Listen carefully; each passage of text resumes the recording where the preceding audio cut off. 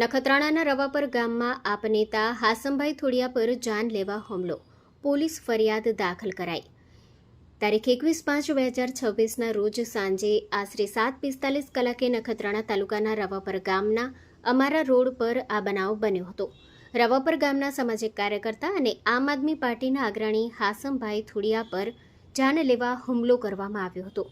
રવાપર ગામના જ રહેવાસી ઓસમાણ જુમ્મા થઈમ અને તેનો દીકરો સાજિદ ઓસમાણ થઈમ બંને કોઈપણ કારણ વગર મનદુખ રાખી હાસમભાઈ પર જાનલેવા હુમલો કરી ઢોર માર માર્યો હતો.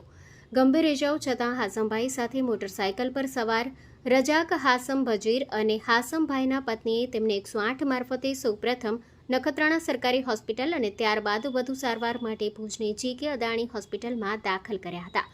ઘટના અંગે નખત્રાણા પોલીસ સ્ટેશનમાં જાણ કરાતા પોલીસની team Bhuj GK Adani hospital ખાતે પહોંચી હતી અને ભોગ બનનાર ફરિયાદીના જણાવ્યા અનુસાર હુમલો કરનાર પિતા પુત્ર વિરુદ્ધ ગુનો નોંધી કાયદેસરની કાર્યવાહી હાથ ધરી છે. જનમિત્ર ન્યૂઝ ભુજ સતત આપની સાથે.